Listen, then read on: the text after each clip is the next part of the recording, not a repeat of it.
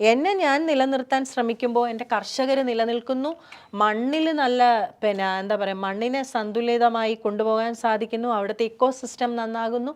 നിങ്ങളുടെ 100 രൂപയെങ്കിലോ 180 രൂപയിലോ നിങ്ങൾ ചെയ്യുന്ന ഒരു വലിയ സർക്കിളിനെ കംപ്ലീറ്റ് ചെയ്യുന്നുണ്ട്.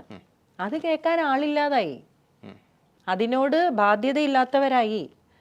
എൻ്റെ നിലനിൽപ്പ് എന്തിനാണ്, അല്ലെങ്കിൽ ബിജിയുടെ ഒരു പ്രൊഡക്റ്റ് ഇവിടെ നിന്നതുകൊണ്ട് എന്ത് കാര്യം എന്ന് ചിന്തിക്കുന്നത് പേഴ്സണലി അവർ പോയിട്ടില്ലെങ്കിൽ പോലും അങ്ങനെ അവർ ചിന്തിച്ചിട്ടുമില്ല.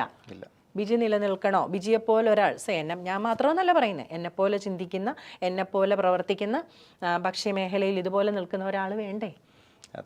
ഞാൻ എന്നോട് തന്നെ ചോദിക്കാൻ തുടങ്ങി, ഞാൻ വേണ്ടേ?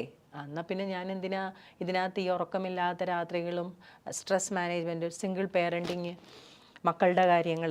ഞാനൊക്കെ അനുഭവിച്ചൊരു വലിയ പ്രശ്നം എന്ന് വെച്ചാൽ എല്ലാം പെരിഷബിളാണ്.